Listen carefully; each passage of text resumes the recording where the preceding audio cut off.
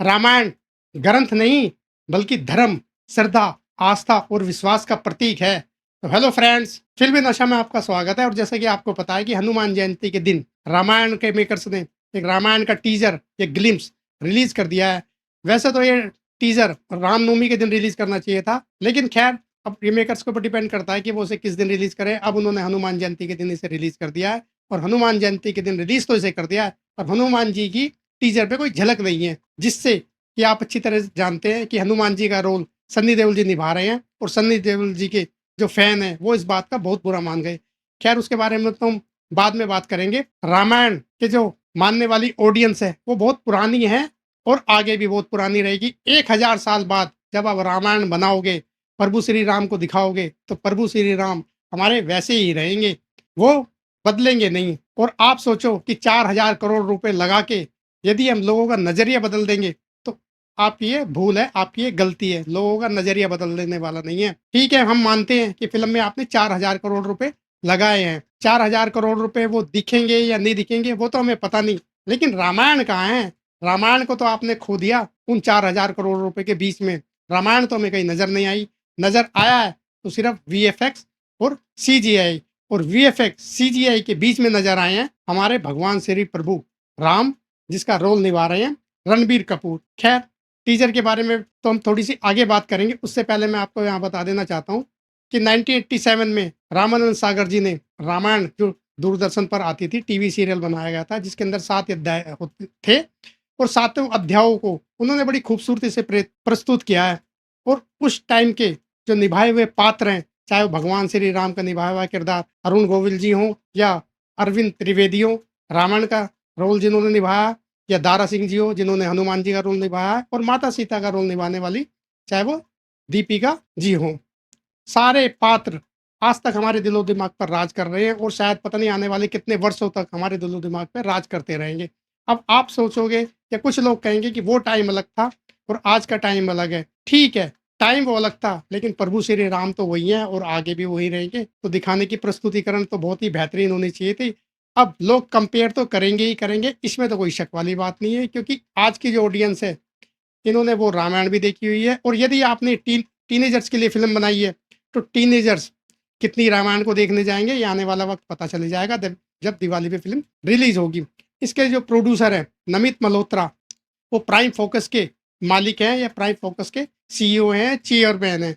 और prime focus आप अच्छी तरह से जानते हैं कि हॉलीवुड की फिल्मों को प्रोड्यूस करता है, कि जैसे उनकी कई फिल्में हैं। स्टार वार जो वेब सीरीज है, स्टार वार वार 1, 2, और टाइटन ऑफ द क्लैंस, पता नहीं कितनी फिल्में उन्होंने प्रोड्यूस की हैं, उन्होंने खरीदी हैं। तो मुझे लगता है कि उनके ऊपर हॉलीवुड का ज़्यादा असर है, और इसीलिए शायद रामायण भी उन्होंने हॉलीवुड को ही ध्यान में रखकर बनाया है, भारत को ध्यान में रखकर नहीं बनाया गया। तभी तो इसके अंदर, जैसे कि हमने किताबों के अंदर या फिल्मों के अंदर जो राक्षस दिखाए जाते थे, गले में उनकी हड्डियां होती थी, और हाथों में पता नहीं अलग अलग तरह के जो हथियार होते थे, भाला, गदा वगैरह वगैरह, पता नहीं क्या। और उनकी हंसी का अंदाज ही अलग था, और सामने वाले देखने वाले को ये लगता था कि ये तो हमें चूहे की तरह मसल देंगे। जब वो हंसते थे तो दर्शकों को देखने का भी मजा आता था। हकीकत में वो कैसे रहे होंगे उतना तो हमें नहीं पता, लेकिन जैसा कि चरित्र उनका किताबों के अंदर दर्शाया गया है, जैसे कि हमने पढ़ा है, वही हमारे दिलो दिमाग पे छाया हुआ है। अब इसके अंदर जो नमित मल्होत्रा ने, या जो भी इसके एक्शन डायरेक्टर हैं, उन्होंने जो भी दिखाया है, तो अब तो नमित मल्होत्रा को हम इसलिए कहेंगे क्योंकि आजकल ज़्यादातर तो वही छाए हुए हैं। और पहली बार मैंने भी देखा है कि फिल्म के प्रोड्यूसर का नाम पहले आ रहा है और डायरेक्टर का कहीं अता पता ही नहीं है, जो इस फिल्म के मेन डायरेक्टर हैं। क्योंकि राक्षस की बजाय तो ऐसा लग रहा है कि उन्होंने एवेंजर्स के विलन कैरेक्टर को प्रस्तुत कर दिया गया है।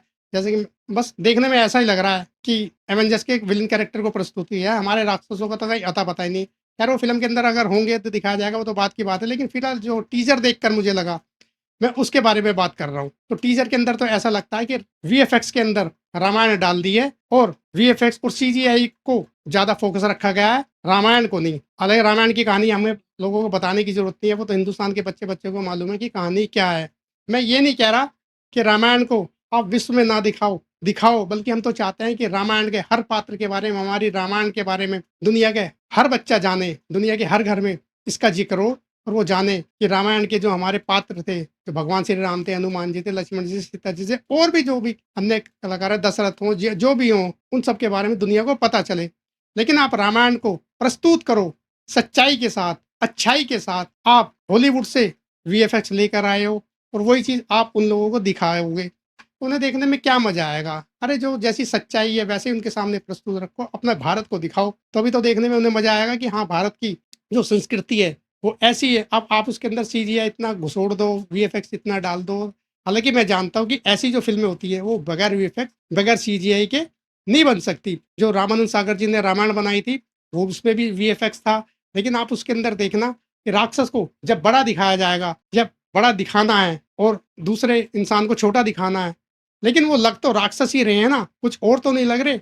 तो बड़े दिखाने के लिए वीएफएक्स का तो इस्तेमाल करना ही पड़ेगा उस टाइम, जो भी टेक्नोलॉजी होती होगी वो होती होगी, उसके बारे में हमें जानना नहीं पता। लेकिन हम तो वीएफएक्स और सीजीआई को ही जानते हैं। तो मैं ये नहीं कह रहा कि वीएफएक्स दिखाना ज़रूरी है, लेकिन पूरी फ़िल्म में आप वीएफएक्स को ध्यान में रखकर, बाकी पात्रों को पे इतना फ़ोकस ना रखकर, ये बड़ा अजीब-सा लगा ना। अजीब इसलिए लगा, सिर्फ़ मैं इसलिए कह रहा हूँ क्योंकि जो आपने कैरेक्टर दिखाया, राक्षस दिखाया ना, उसे देख के मेरा मूड ऑफ हो गया था कि यार ये क्या है?